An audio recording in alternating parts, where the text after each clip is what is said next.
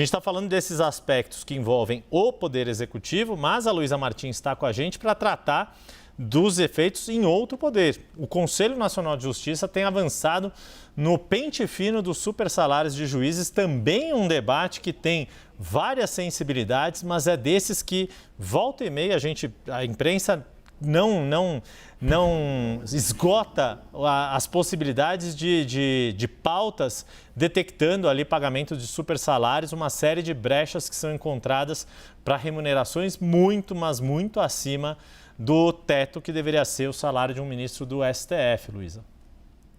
Exatamente, Yuri. E quando há essa discussão sobre corte de gastos e responsabilidade fiscal, inevitavelmente esse é um assunto que acaba recaindo também sobre as remunerações no âmbito do judiciário, especialmente nos tribunais estaduais. A gente começa dizendo, Yuri, que basicamente nenhum funcionário público no Brasil pode ganhar mais do que ganha um ministro do Supremo. O salário do ministro do Supremo, que hoje está em R$44 mil, baliza ali o teto do funcionalismo público.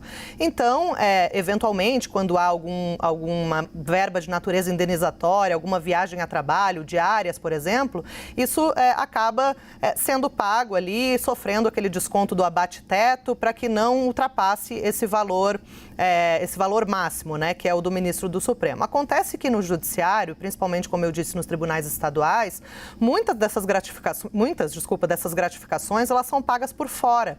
E isso acaba elevando os salários, né, as remunerações dos juízes e desembargadores para muito além do teto. Não é pouco além do teto, é muito. Segundo um relatório, Yuri, do Transparência Brasil, é um projeto Dados Jus BR, vinculado a essa organização do Transparência Brasil, só no ano passado foram pagos pelo menos 4,4 bilhões de reais acima do teto para juízes e desembargadores em todo o país. Isso consta nesse relatório. 70% dos juízes e desembargadores pesquisados no âmbito de Transparência Internacional, eu estou colando aqui para não perder nenhuma cifra aqui do que diz no relatório, receberam entre 100 mil e 499 mil reais acima do teto. Ou seja, se o teto na época era de 34 mil reais, eu acho, se eu não estou enganada, isso é muito além do que se poderia pagar.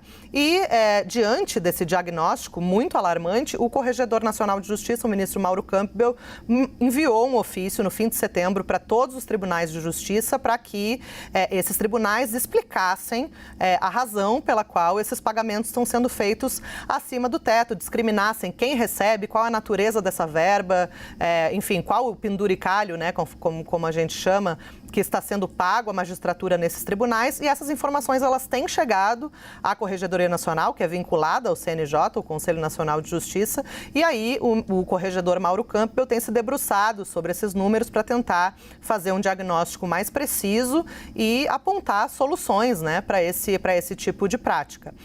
Yuri, a gente lembra também que várias desses penduricalhos, eles são questionados em ações que são ajuizadas no Supremo Tribunal Federal.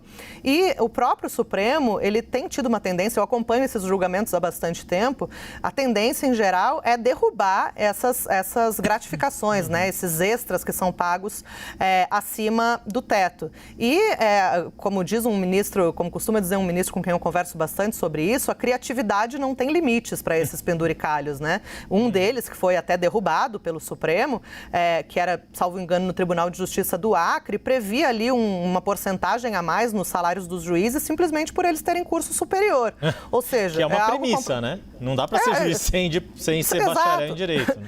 Não dá para ser bacharel em direito, sem curso superior, não dá para ser juiz, não dá para fazer o concurso público para juiz, ou seja, é algo extremamente insólito e que não há nenhuma razão de ser. Então, esse é um dos exemplos, né? Vários outros chegaram à corte para que pudessem ser analisados ali pelos ministros e realmente a tendência até agora tem sido justamente pela derrubada desses penduricalhos, justamente por haver uma leitura de que essas gratificações elas não têm natureza indenizatória, são, enfim, extras ali, bônus criados realmente ali no âmbito dos tribunais de justiça, estaduais, e que eles deveriam, essas verbas deveriam sim sofrer aquele chamado abate-teto para que ficasse ali limitado ao teto que hoje está definido em R$ 44 mil.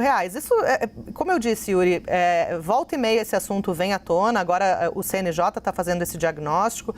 Eu lembro que alguns anos atrás, isso foi inclusive colocado pelo ministro Gilmar Mendes em uma reunião, uma sessão administrativa do Supremo Tribunal Federal, em que eles estavam discutindo a proposta de orçamento, uma proposta de reajuste nos próprios salários, e isso sempre causa ali uma certa polêmica dentro do Supremo, e foi colocado algo do tipo, não, a gente pode enviar essa proposta ao Congresso com um reajuste, salvo engano, era de 18% escalonado em alguns anos, mas, por outro lado, a gente tem que se comprometer, enquanto cúpula do Poder Judiciário brasileiro, a derrubar todos esses penduricalhos que acabam gerando aí um pagamento, imagina, mais de R$ 4 bilhões acima do teto, que poderia estar sendo contingenciado, digamos assim, para que fosse cumprido de fato o teto constitucional, Yuri.